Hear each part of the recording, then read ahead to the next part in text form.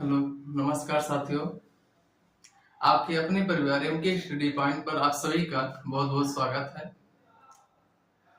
देखिए, हम लोग राष्ट्रपति से संबंधित अनुच्छेद को पढ़ रहे हैं।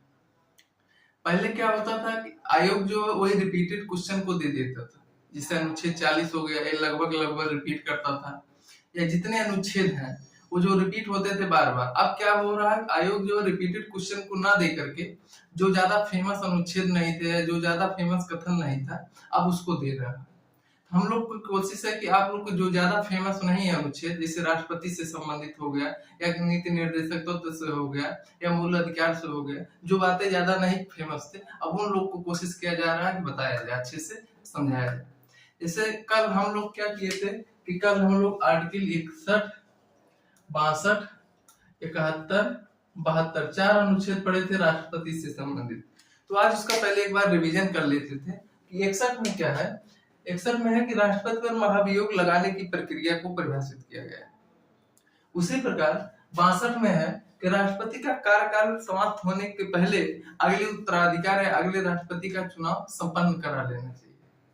उसी प्रकार से देखा जाए 71 में है कि अगर राष्ट्रपति और उपराष्ट्रपति के चुनाव में विवाद होता है तो उसका निपटारा फाइनल निर्णय जो है सुप्रीम कोर्ट लेगा, और सुप्रीम कोर्ट द्वारा लिया गया निर्णय ही अंतिम निर्णय या मान्य होगा। उसी प्रकार से आर्टिकल 72 में राष्ट्रपति के क्षमादान की प्रक्रिया को समझाया, मतलब राष्ट्रपति के क्षमादान की शक्ति को प्रावधान किया गया इसमें। अब आज इसी के आगे राष्ट्रपति से ही संबंधित अभी अनुच्छेद पढ़ा जाएगा। जैसे आज अनुच्छेद कितना है, आज अनुच्छेद जो है 74 से शुरू करते हैं। अभी राष्ट्रपति से जितना संबंधित अनुच्छेद उसी को पढ़ा जा रहा है। तो देखिए, जैसे अनुच्छेद 74 है, तो अनुच्छेद 74 में क्या प्रावधान किया गया है। अनुच्छेद 74 में प्रावधान किया गया है कि राष्ट्रपति को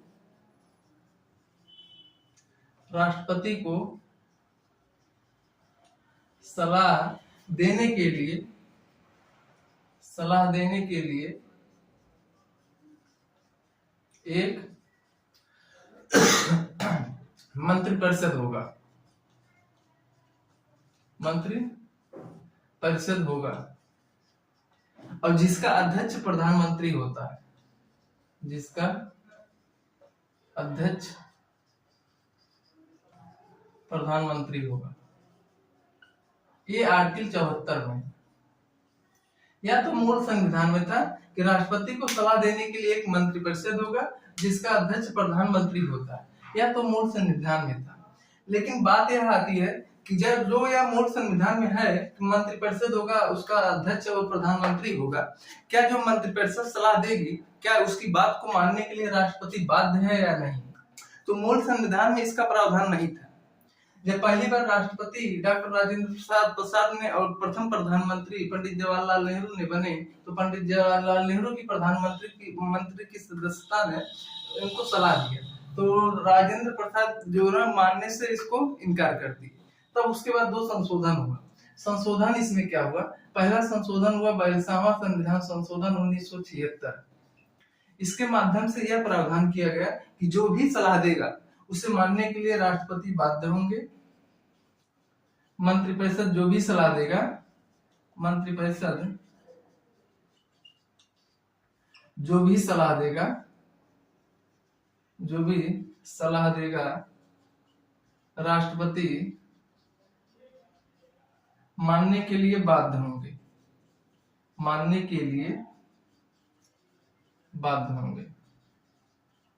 उसके बाद दूसरा संशोधन पुनः आगे चल के आर्टिकल 74 में ही दूसरा संशोधन किया गया।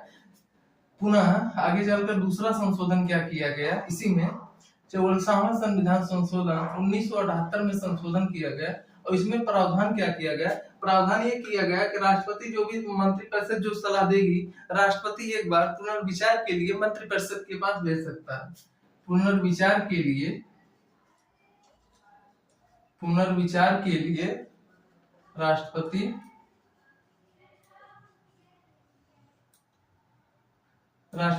मंत्रिपरिषद के पास भेज सकता है,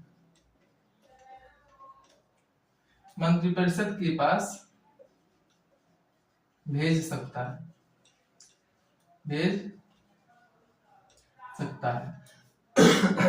देखिए क्वेश्चन इसमें अपने आप है, मंत्रिपरिषद का अध्यक्ष कौन होता है, तो प्रधानमंत्री होता है, ये अपने आप में क्वेश्चन था। बात है कि मूल संविधान में इसमें यही शामिल था कि राष्ट्रपति को सलाह देने के लिए एक मंत्रिपरिषद होगा जिसका अध्यक्ष प्रधानमंत्री होता है। बाद में इसी में संशोधन जब मानने से इनकार की, उसके बाद 42वां संविधान संशोधन हुआ जिसके माध्यम से यह प्रावधान किया गया कि मंत्रिपरिषद जो सलाह देगा राष्ट्रपति मानने के लिए बाध्य है।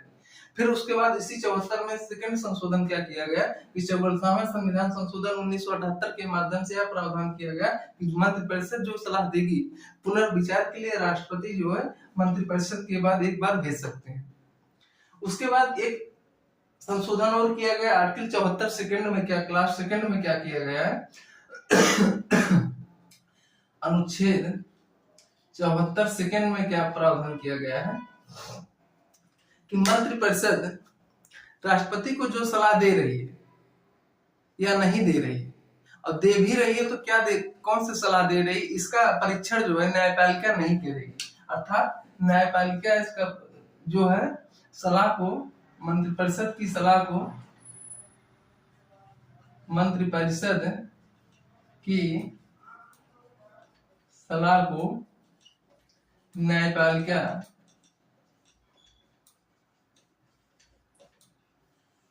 परीक्षण नहीं करेगी, परीक्षण नहीं करेगी। यह जो आर्टिकल 74 पूरा है कि आर्टिकल 74 में राष्ट्रपति सलाह देने के लिए एक मंत्रिपरिषद होगा जिसका अध्यक्ष प्रधानमंत्री होता है। इसमें 2 संशोधन किया गया। पहला 42वां संविधान संशोधन जिसके माध्यम से कहा गया कि मंत्रिपरिषद जो सलाह देगी उसे मानने के लिए राष्ट्रपति बाध्य होंगे। दूसरा संशोधन 44वां संविधान संशोधन 1978 में हुआ, पुनर्विचार के लिए राष्ट्रपति मंत्रिपरिषद के बाद भेज सकता है। एक इसमें आर्टिकल 74 क्लास सेकंड में जोड़ा गया, उसमें क्या किया गया कि मंत्रिपरिषद जो सलाह दे रही या नहीं दे रही, और दे भी रही है तो क्या सलाह दे रही, उसका परीक्षण जो है न्यायपालिका नहीं कर सकती। ये आर्टिकल 74 सेकंड में मोस्ट इंपॉर्टेंट है। ठीक है, ये सब अनुच्छेद ज्यादा फेमस नहीं है, फिर भी एग्जाम में पूछे जाते हैं। अब अगला अनुच्छेद देखते हैं, आर्टिकल जो है 77 में क्या है। आर्टिकल 77 में है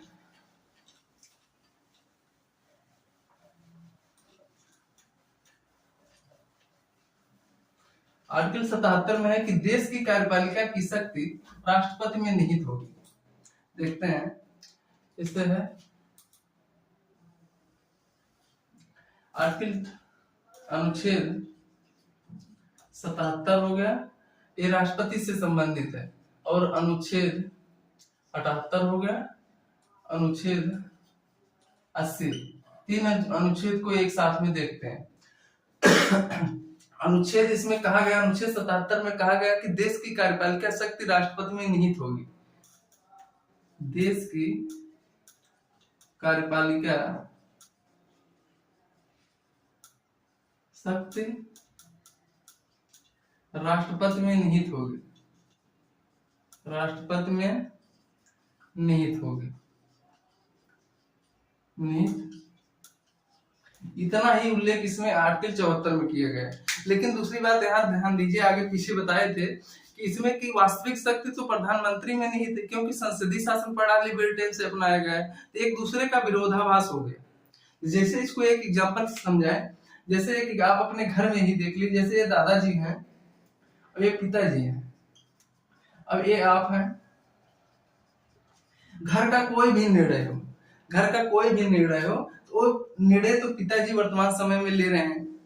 लेकिन अगर दूसरी तरफ वहीं देखा जाए तो कोई निमंत्रण आ रहा शादी विवाह का या किसी तरह का अगर न्योता ही आ रहा तो किसके नाम पे आता है, वो दादाजी के नाम पे आता है। अर्थात उनके अस्तित्व को बनाए रखने के लिए ही इसका प्रयोग किया गया। अर्थात अगर इसके परिप्रेक्ष्य में देखा जाए तो प्रशासनिक एकता को बनाए रखने के लिए ही इसमें जो इसमें निहित पूरी शक्ति जो है राष्ट्रपति में निहित किया गया है। बाकी वास्तविक शक्ति जो है, शक्ति का प्रयोग प्रधानमंत्री करते हैं। जैसे घर में आपकी पूरी जिम्मेदारी, पूरी निर्णय जो है पिताजी उठाते हैं, लेकिन कोई भी कार्ड अगर आ रहा है शादी विवाह का तो वो दादाजी के नाम पे आता है। सेम उसी तरीके से ये भी है। अब आर्टिकल 78 में देखते हैं क्या है। आर्टिकल 78 में है कि प्रशासनिक और विधायी, प्रशासनिक और विधायी सूचनाओं को राष्ट्रपति प्रधानमंत्री से मांग सकता है, प्रधानमंत्री से मांग सकता है, मांग सकता है। और प्रधानमंत्री की भी यह जिम्मेदारी होगी कि समय समय पर प्रशासनिक, दूसरी बात इसमें है कि प्रधानमंत्री की भी जिम्मेदारी होगी, प्रधानमंत्री की भी यह जिम्मेदारी होगी कि समय समय पर इसकी जानकारी राष्ट्रपति को दें। प्रशासनिक और विधायी संबंधी सूचना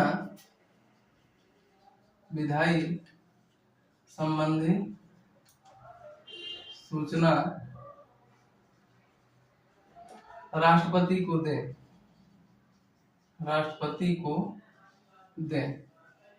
इसमें प्रावधान क्या किया गया है? आर्टिकल 18 में यह प्रावधान किया गया है कि राष्ट्रपति जो है प्रशासनिक और विधायी सूचना को प्रधानमंत्री से मांग सकता है। उसके बाद है प्रधानमंत्री की भी यह भी जिम्मेदारी होगी समय समय पर जो राष्ट्रपति को विधायी और प्रशासनिक संबंधी सूचना जो भी होगी वह जो है उसको सूचना राष्ट्रपति को दें। इसी प्रकार से आर्टिकल 80 में क्या प्रावधान किया गया है? इसमें है कि राष्ट्रपति 12 सदस्यों का मनोनयन राज्यसभा में करता है। राष्ट्रपति 12 सदस्यों का मनोनयन राज्यसभा में करता है। अब जो ये 12 सदस्य होते हैं वो किस क्षेत्र में उत्कृष्ट कार्य के लिए जाने जाते हैं? जैसे हो गया साहित्य, हो गया विज्ञान, हो गया कला, हो गया समाज क्षेत्र, हो गया समाज सेवा, समाज सेवा में उत्कृष्ट कार्य के लिए जाने जाते हैं। अर्थात कहा जा सकता है कि राज्यसभा में विद्वान लोगों की उपस्थिति होती है, इसलिए राज्यसभा को उच्च सदन कहा जाता है और लोकसभा को निम्न सदन कहा जाता है, क्योंकि इसमें जो है साहित्य, विज्ञान, कला और समाज सेवा में जो उत्कृष्ट लोग होते हैं उन्हीं सदस्यों को, इसमें 12 सदस्यों को जो राष्ट्रपति मनोनयन करता है। अर्थात कहा जा सकता है इसमें विद्वान लोगों की उपस्थिति है और विद्वान लोगों की उपस्थिति होने के कारण इसे उच्च सदन भी कहा जाता है और वहीं लोकसभा को अगर देखा जाए तो निम्न सदन भी कहा जाता है। इस प्रकार से आर्टिकल 80 हो गया। अब आर्टिकल 85 में क्या है? आर्टिकल 85 में देखें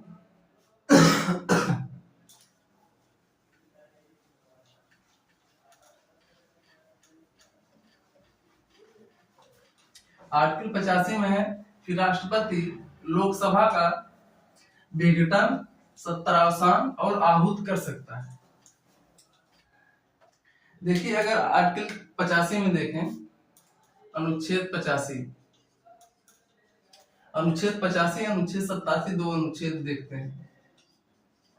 अनुच्छेद 87 इसमें क्या है कि राष्ट्रपति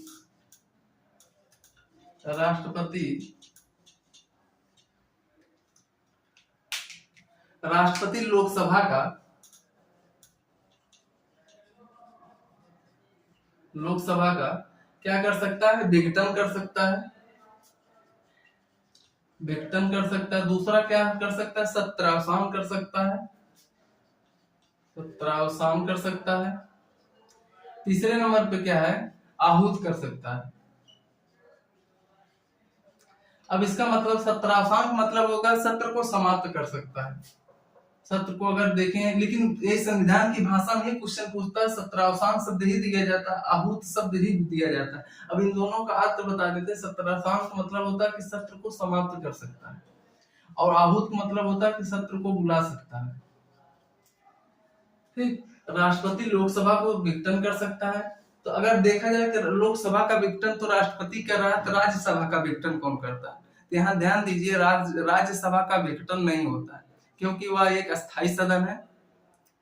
जबकि लोकसभा जो है प्रत्येक 5 वर्ष पे विघटित ऑटोमेटिक हो जाता है। तो लोकसभा का ही विघटन होता है, सत्र आसान कर सकते हैं और आहूत कर सकते हैं। इसमें बात यह है कि दो सत्रों के बीच अधिकतम कितने माह का अंतर होता है, तो दो सत्रों के बीच अधिकतम 6 माह का अंतर होता है। 6 माह का अंतर होता है इसमें। और देखा जाए कि एक साल में अगर देखा जाए तो 2 सत्र अवश्य बुलाए जाते हैं, और ये प्रत्येक एक साल में 2 सत्र अवश्य बुलाए जाते हैं, अवश्य बुलाए जाते हैं। तो आर्टिकल क्या है, आर्टिकल 85 में किसका प्रावधान किया गया है कि राष्ट्रपति लोकसभा का विघटन कर सकता है, सत्र आसान कर सकता है, तीसरी बात आहूत कर सकता है अर्थात बुला सकता है, सत्र को बुला सकता है। सबसे इंपॉर्टेंट बात है कि दो सत्रों के मध्य कितने समय का अंतर होता है, तो 6 माह का अंतर होता है दो सत्रों के मध्य। अगर पूछता है कि एक वर्ष में कितने सत्र बुलाए जाते हैं, तो एक वर्ष में जो है 2 सत्र बुलाए जाते हैं। अगर 12 को 2 जो है 6 से भाग दे दिया जाए तो 2 सत्र बुलाए जाते हैं। इसी प्रकार से आर्टिकल 87 में अगर देखते हैं तो आर्टिकल 87 में किसका प्रावधान किया गया है कि राष्ट्रपति का अभिभाषण है, राष्ट्रपति का अभिभाषण है। ठीक, अब ये राष्ट्रपति का अभिभाषण है, क्या राष्ट्रपति अभिभाषण है स्वयं देता है कि कोई तैयार करता है? नहीं। तो इसका राष्ट्रपति का अभिभाषण जो है, इनका राष्ट्रपति का स्वयं का विवेक नहीं होता, बल्कि यह मंत्रिपरिषद तैयार करती है। दूसरी बात है कि अभिभाषण कब कब देता है, तो पहला अभिभाषण प्रत्येक वर्ष पहली बैठक। दूसरा है कि लोकसभा के चुनाव के बाद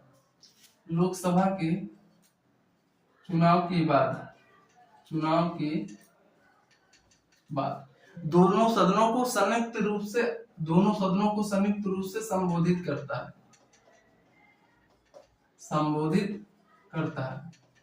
यही राष्ट्रपति का अभिभाषण कहलाता है कि दो बार करते हैं, प्रत्येक वर्ष पहली बैठक में करते हैं, दूसरी लोकसभा के चुनाव के बाद करते हैं, और इन्हीं दोनों सदनों को संयुक्त रूप से जो संबोधित करते हैं उसे ही राष्ट्रपति का अभिभाषण कहलाता है। बात ये आती है कि अभिभाषण में होता क्या है, तो अभिभाषण में सरकार की भविष्य की नीतियों को सम्मिलित किया जाता है, जैसे कि शिक्षा पर क्या प्रावधान किया गया है, स्वास्थ्य पर क्या प्रावधान किया, हर क्षेत्र में क्या क्या प्रावधान किया गया है, उसी से संबंधित इसमें होता है। और उस जो भी संबोधित होता है उसका एक राष्ट्रपति के अभिभाषण को उसका फोटोकॉपी कराकर सदन में प्रत्येक सदस्य के पास रख दिया जाता है, जिसे जो पारित करना लोकसभा द्वारा पारित करना आवश्यक होता है, जिसे धन्यवाद प्रस्ताव के नाम से भी जानते हैं, जिसे धन्यवाद प्रस्ताव के नाम से जानते हैं। थैंक्स मोशन प्रस्ताव के नाम से जानते हैं, जिसे लोकसभा द्वारा पारित किया जाना जरूरी। अगर ये पारित नहीं होता है तो उस पे सरकार पर दबाव पड़ जाता है और उन्हें त्यागपत्र देने के लिए मजबूर होना पड़ता है। ये जो है आर्टिकल 87 में राष्ट्रपति का अभिभाषण, जिसमें अनुच्छेद ही पूछता है कि 87 में क्या राष्ट्रपति का अभिभाषण है। ये सब अनुच्छेद ज्यादा फेमस नहीं है, आर्टिकल 85 हो गया, आर्टिकल 87 हो गया, ये सब ज्यादा फेमस नहीं है। अब तक आयोग नहीं पूछता था, लेकिन अब क्या है कि अब इन सब अनुच्छेद को ज्यादा पूछने लगा, इसलिए इन सब पे थोड़ा विशेष चर्चा किया जाए। तो ये 87 में राष्ट्रपति का अभिभाषण हो गया। अब एक एक करके फिर से जो है अच्छे से उसको समझते हैं और लिखते चलते हैं।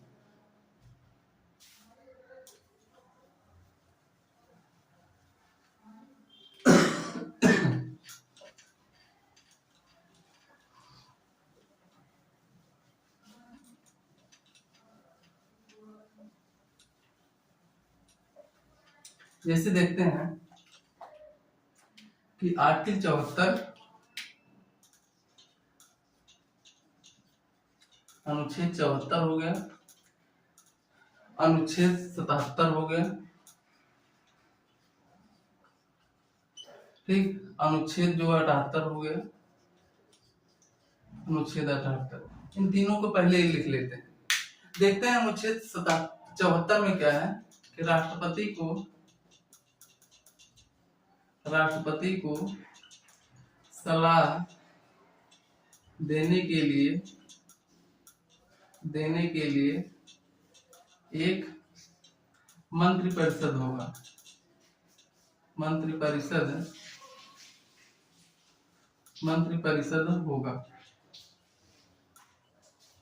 ठीक, इसी प्रकार 77 में देखें कि देश की कार्यपालिका शक्ति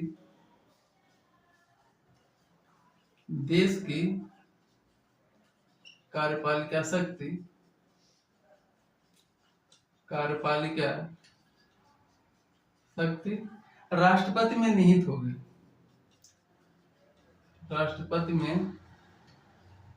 निहित होगी।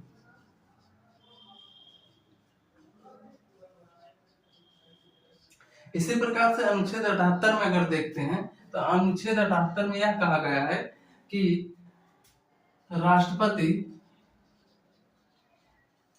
प्रशासनिक और विधायी सूचना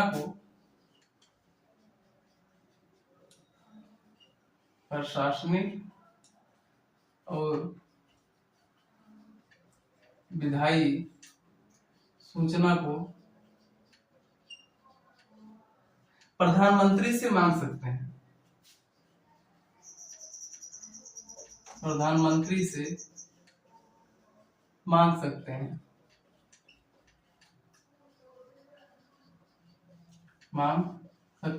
और प्रधानमंत्री की भी यह जिम्मेदारी होगी।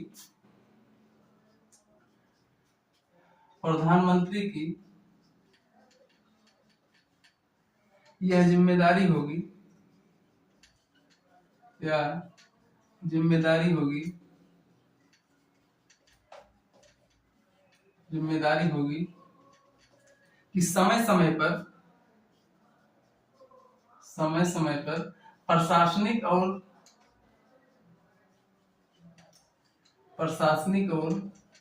विधायी सूचना को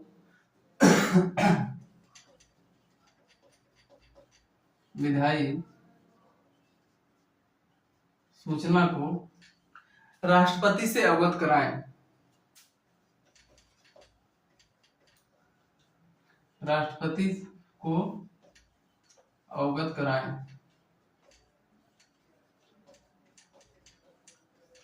देखिए इसमें तीनों क्या है कि पहले में कि 74 में कि राष्ट्रपति को सलाह देने के लिए एक मंत्रिपरिषद होगी जिसका अध्यक्ष प्रधानमंत्री होगा। ठीक, जिसका अध्यक्ष प्राइम मिनिस्टर होंगे। ठीक, ये जो आर्टिकल 74 में। आर्टिकल 77 में देखते हैं कि देश की कार्यपालिका शक्ति राष्ट्रपति में निहित होगी। आर्टिकल 77 में इसका उल्लेख है, देश की कार्यपालिका शक्ति जो है राष्ट्रपति में निहित होगी। आर्टिकल 77 में। 78 में देखते हैं, इसमें है कि राष्ट्रपति प्रशासनिक और विधायी सूचना को प्रधानमंत्री से मांग सकता है और प्रधानमंत्री की भी यह जिम्मेदारी होगी कि समय समय पर प्रशासनिक और विधायी सूचना को राष्ट्रपति से अवगत कराएं। इस प्रकार से 78 हुआ। अब आगे देखते हैं कि 80 और 85 में क्या है।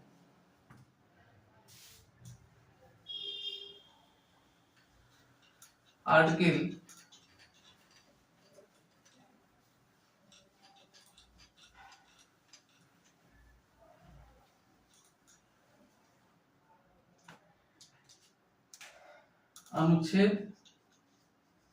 80, अनुच्छेद 85, अनुच्छेद 87, तीन अनुच्छेद को अब देखते हैं। तो अनुच्छेद 80 में कहा गया है कि राष्ट्रपति राज्यसभा में 12 सदस्यों का मनोनयन कर सकता है। राष्ट्रपति राज्यसभा में 12 सदस्यों का मनोनयन कर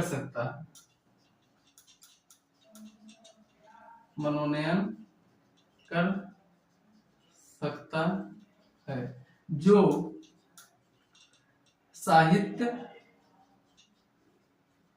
कला, विज्ञान और समाज सेवा के क्षेत्र में और समाज सेवा के क्षेत्र में उत्कृष्ट कार्य से जुड़े क्षेत्र में उत्कृष्ट कार्य से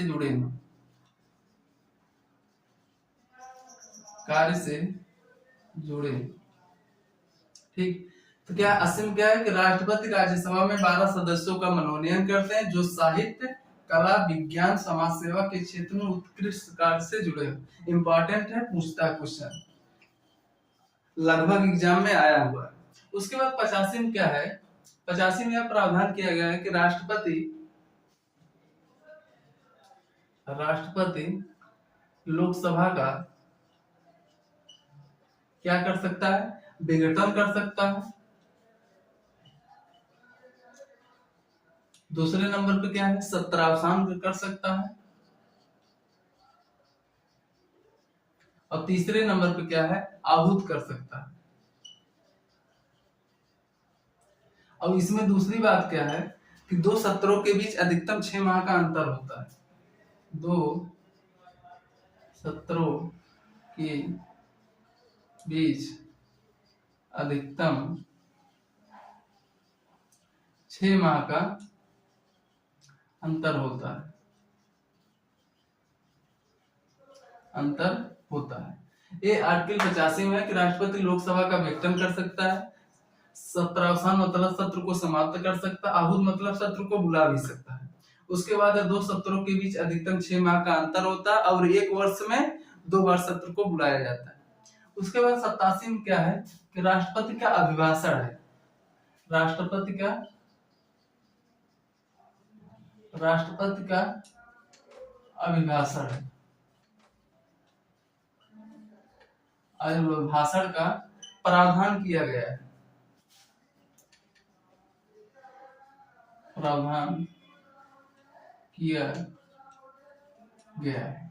ये आर्टिकल 87 में जो यह अभिभाषण है, यह राष्ट्रपति के स्वयं का विवेक नहीं होता है। यह अभिभाषण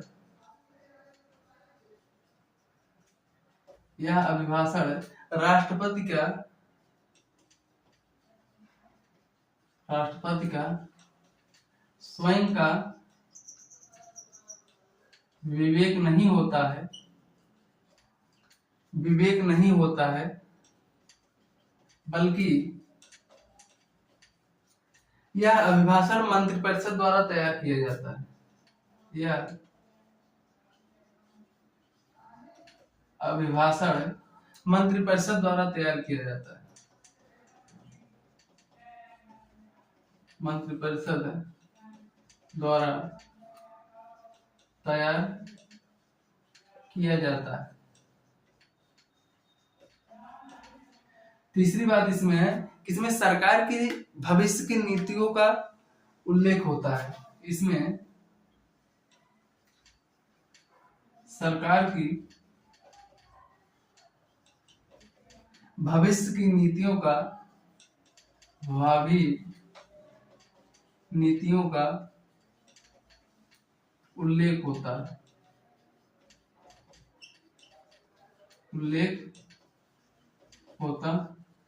है।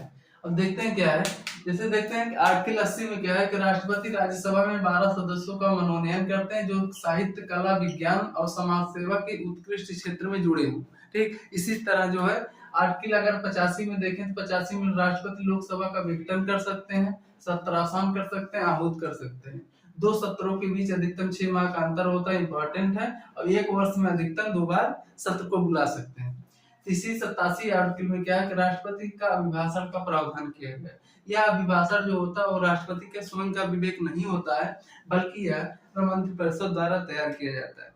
बात यह आती है कि क्या ये जो अभिभाषण है, यह जो है इसमें क्या सम्मिलित होता है।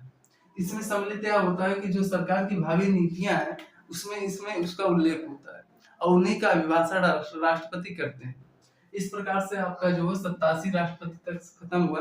कल शुरू होगा आर्टिकल 108 संयुक्त अधिवेशन।